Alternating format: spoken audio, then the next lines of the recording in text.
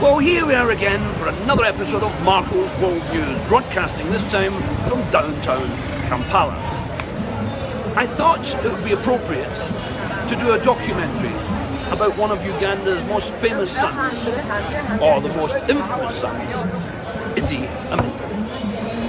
In 1971, he overthrew the elected government of Mr. Milton Tebow or something like that on a military coup d'etat. He became the laughingstock of the entire world. This guy, after year one, he expelled all the Indians and Pakistanis from the country, kicked them out. These guys were the backbone of the economy of Uganda. These guys were the industrialists. 80,000 of them were sent home, mostly with British passports. I think 30 or 40,000 went to England, some went to Canada, and some were repatriated at home. Thousands of houses and businesses and personal effects and cars were then seized by him that were owned by the Pakistani and Indian boys. He had, I think, a very deep-rooted resentment for them because the British government sent them here, the Indians. 35,000 came over turn of the last century, labourers. After the railways were built, the infrastructure was built, most of them stayed and become nationals. He was resentful for a number of reasons, not only that they had all the best jobs, but the British government were actually investing in the Pakistani Indians' education and ignoring the education of the indigenous people of Uganda. I think perhaps he was resentful because he was deprived of an education himself.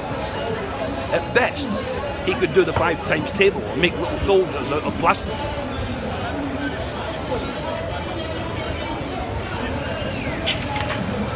This should have been a lesson, what happened to him. Why Mugabe should have listened and watched what happened, but he did the same thing down in his country. Donald Trump should pay a lesson to this as well. This guy, when they lost communications with Britain and the rest of the world, this guy declared himself the King of Scotland. Now, how fucking mad is that? It's incredible. The reason why he was the self-proclaimed King of Scotland is because when he was in the army, yes, the British Army, we gave him the highest ranking job ever. We made him the highest rank WO1 commissioned officer in the King's Rifles. It was we who created this guy as a soldier. Anyway, the raid on Entebbe, where the PLO seized an airplane, he gave them permission to land. It was the PLO. Yasser Arafat was his pal. Now, an extraordinary story. He got married at least 10 times. 50 or 60 kids he had. One of his kids, one of his sons, got convicted of murdering someone in London. One of his wives has a restaurant in East London. Another one of his wives, Sarah, and married an 18-year-old go-go dancer. Now, the go-go dancer's ex-boyfriend went missing. Where did she end up? Well, I'll tell you where she ended up. First of all, he spent £2 million on the wedding. 18-year-old go-go dancer, really. Now, what happened after that? He used to go rally driving with her. The best man at the wedding, guess who it was? Yasser Arafat. Now, a very interesting thing is, the reason why he allowed the aircraft to land, the hostages and the hijacked aircraft, well, put 2 and 2 together yourself.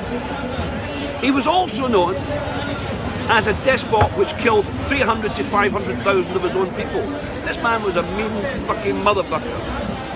He was also reported to wear women's clothes. He was a buffoon of the most extraordinary level. It was not just the Yasser Arafat carry-on, it was absolutely everything. The man was a fucking lunatic. Tune in next week for some more shite news.